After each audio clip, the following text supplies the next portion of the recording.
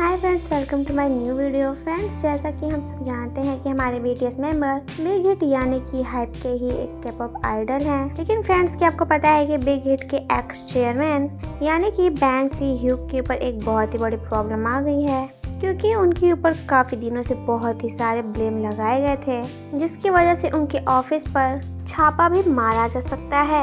और फ्रेंड्स, हो सकता है कि इससे BTS मेंबर लाइफ में भी काफी ज्यादा प्रॉब्लम आ जाए।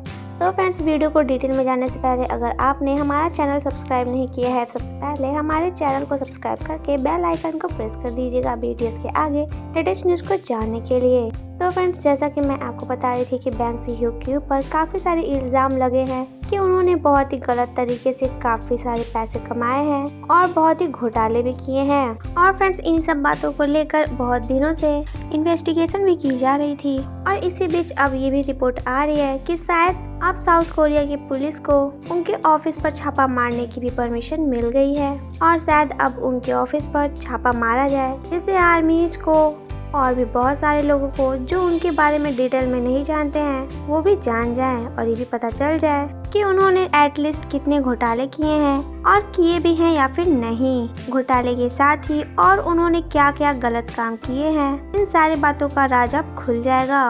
और फ्रेंड्स, मैं ऐसा इसलिए कह रही हूँ क्योंकि आज ही साउथ कोरिया की जो उनकी ऑफिस है उसमें काफ़ी सारे पुलिस ऑफिसर पहुंचे थे और उन्होंने अपनी छानबीन भी शुरू कर दी है। लेकिन फ्रेंड्स, इसके साथ ही हमारे BTS मेंबर को लेकर आर्मीज काफ़ी ज़्यादा परेशान है, क्योंकि फ्रेंड्स ये तो हर किसी को पता है कि बिग हिट BTS की कंपनी है और अगर BTS की कंपनी पर कोई प्रॉब्लम आएगी यानी कि उस पर केस होंगे या उसके खिलाफ कोई भी ऐसी चीज़ें मिले जो उसके रेपुटेशन को खराब करे तो उससे BTS मेंबर की रेपुटेशन भी खराब हो सकती है। तो उससे काफी हद तक BTS मेंबर के रेपुटेशन पर भी असर पड़ सकता है। लेकिन फ्रेंड्स, BTS मेंबर्स की आर्मी काफी ज्यादा समझदार है और वो शायद ये समझ जाए कि इन सारी चीजों में बैंग सी ह्यूक का हाथ है और ये सारी चीजें जो ब्लेम लगाए जा रहे हैं वो सिर्फ बैंग सी ह्यूक पर ही लगाए जा रहे हैं, ना कि BTS मेंबर्स पर।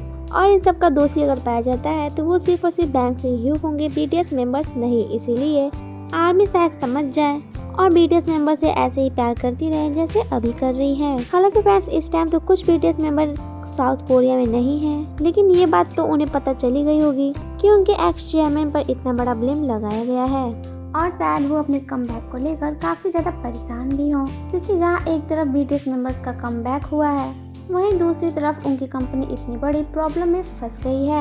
हालांकि फ्रेंड्स, वेट करते हैं और देखते हैं कुछ मिलता भी है या फिर नहीं। क्या सच में बैंग सी ह्यूक ने ऐसी फालतू की चीजें की हैं और पैसे कमाने के लिए घोटाला किया है या फिर नहीं। तो फ्रेंड्स, आपको क्या लगता है, क्या बैंग सी ह्यूक ने कुछ भी ऐसा किया होगा जैसा उन पर ब्लेम लगाया जा रहा है या फिर नहीं? अपने थॉट्स हमें कमेंट सेक्शन में कमेंट करके जरूर बताइएगा। Thank you.